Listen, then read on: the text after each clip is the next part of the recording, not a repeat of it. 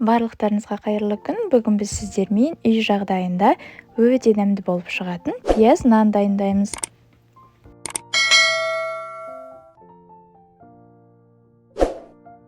Ол үшін ең бірінші жылы суға тұз бен ашытқы, яғни дрожжды қосып, видеодағыдай етіп араластырамыз.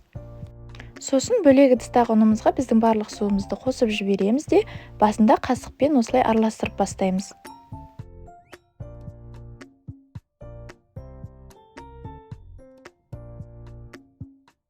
Одан кейін үстіне осылай сұйық майымызды қосып, ары қарай қолымызбен илейміз. Қамырымыз орташа болуы қажет. Қатты жұмсақ немесе қатты болып кетпеуі керек. Осылай илеп алдық, енді оны бір шетке қойып қоямыз. Салмасына кірісеміз. Салмасына 2-3 пияз қосуымыз қажет. Осылай пияздарымызды тазалап жуып алғаннан кейін видеодағыдай етіп майдалап турап шығамыз.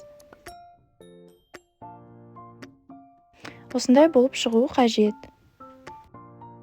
Сосын табаға оны осылай қуырып бастаймыз майға. Дәміне қарай тұз бен қарабұрыш қосып, алтын түстес етіп қуырып алыңыздар.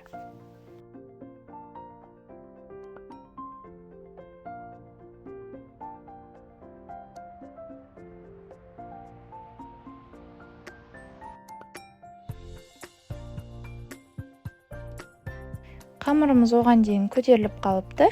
Енді қамырымызды 3 бөлікке бөлеміз. Сосын оқтаудың көмегімен жайып бастаймыз.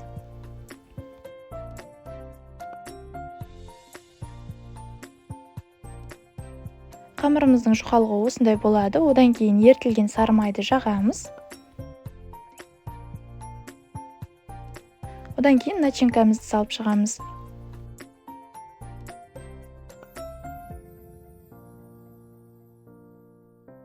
Одан кейін видеода көрсетілгендей етіп орап, түйіп шығуымыз қажет.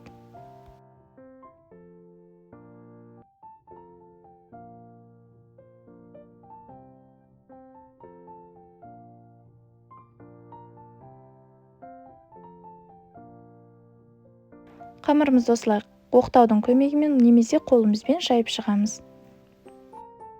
Одан кейін жұмыртқаның сарыуызына сүтті қосып осылай бетіне жағып шығып, 200 градуста 20-25 минут аралығында қызартып пісіріп алыңыздар. Сонымен біздің үй жағдайындағы пияз нанымыз дайын, өте керемет болып шығады. Ас болсын.